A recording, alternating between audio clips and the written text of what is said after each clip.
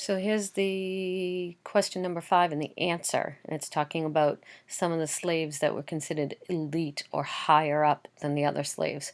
And those were domestic in-home estate workers, which were like cooks, people that took care of the houses inside, artisans, so artists and carpenters and blacksmiths. They had a lot of talent to make things. And then like the boss of a group of slaves. So they were still a slave themselves, but they oversaw or were managed a group of slaves, so they had more authority. Okay, so now we're going to look at the next question, which is how did some whites in Saint Dominique regard the affranchis? So that's what this is about here. And this is really important to what's coming up as foreshadowing for this. So in addition to the large slave population, there was also a growing number of free people of color, or affranchis. Affranchi means ex-slave, and was often used by whites as an insult because it related free people of color to the system of slavery. So they weren't just another person living on the island, another free person. They gave them this name to say, yeah, you're free, but you used to be a slave. So it's an insult. By 1789, there were nearly as many affranchis as whites in Saint Dominique. Again, this is important because these are free people, but they're still free people of color. Most affranchis were mulatto, which is a mixture, or of mixed descent. Many were the illegitimate children of white planters. So basically the white planters would take some of the women and they would get them pregnant. So they were considered illegitimate children of the white planters.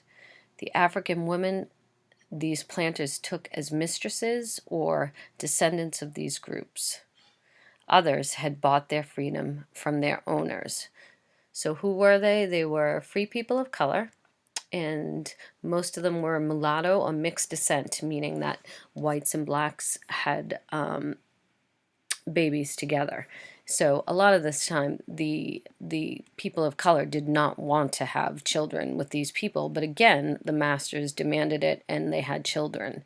So they would give those people freedom sometimes. Despite the restrictions, let me give you the answer. So that's here. How did some whites in Saint Dominique regard the affranchis? The whites felt threatened by the affranchis as many former slaves and people of color gained more wealth than many of the whites. So these groups were becoming so successful, they were happy, they were doing really well. And the quote, this is from a white person, they tried to imitate the style of the whites and tried to wipe out all memory of their original state. This comment disrespects and ignores the fact that the original state of these former slaves was not slavery. Remember, they came from living as a free person in a community with their family in Africa or Hispaniola. This type of comment from the whites demonstrates their fear and jealousy of the affranchis because they were living a good life, becoming more successful than the whites.